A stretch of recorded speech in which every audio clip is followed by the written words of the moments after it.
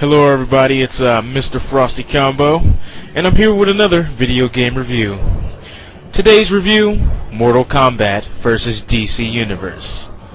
Now I have to say, when I first saw this trailer that's about to come up, I was a bit skeptical for the simple reason that, in the DC Universe, everything's all nice and joyful and peaceful, where everything has a blissful and happy ending, and all the cartoon characters go, yay! Then Mortal Kombat is like testicle smashing, gore-wrenching, blood oozing, dripping from the wall cannibalism. Well, you get the picture.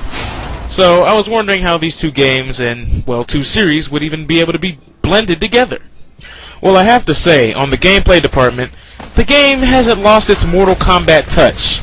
I mean, by the health bars and the action-paced fighting.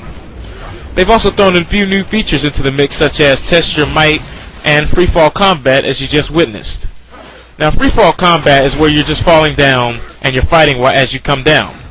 Basically, just running off attacks on each other and seeing who can get the best of it. Each character from their respective universes has a variety of attacks, so that's also good.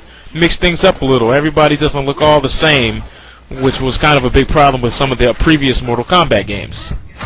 However, there's one big thing that every Mortal Kombat fan is really disappointed about, and that is the lack of blood or fatalities.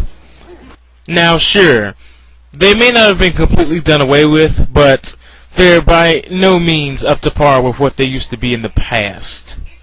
As you can see, these fatalities lack blood and gore and all that. Because, I mean, this is Scorpion. I mean, his is supposed to be, like, the most awesomest, epic fatality ever, but that's all we get. That whole little Stephen King, little itsy-bitsy type of stuff. And that's about as good as it gets. As for the heroes, well, they just have heroic brutalities. They don't kill. Which I thought, was kind of cool in its own right. But, still kind of lacked that Mortal Kombat feel, but I guess I'll have to get past that. But I really do have to say, Midway, you did a really actually good attempt to try to link these two universes together through a story mode.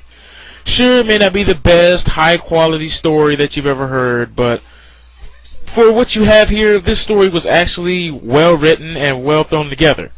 Although, I gotta say, some of the assumptions that they made when they said, "Oh my god, who are you? You must be blah blah blah."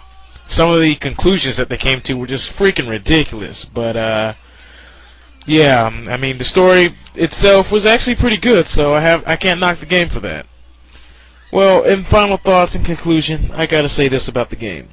If you're a Mortal Kombat fan, you might like it, but you might hate it. A DC fan, you'll probably love this game.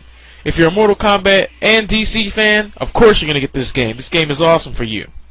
If you're just a fighting game fan, hey, once again, you'll like this game.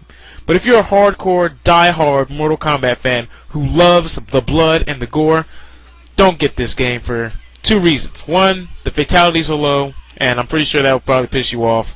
And the blood and gore, yeah, way, way, way toned down, since there's hardly any blood at all. So, yeah, and there's a very limited roster, so only 10 characters from each side.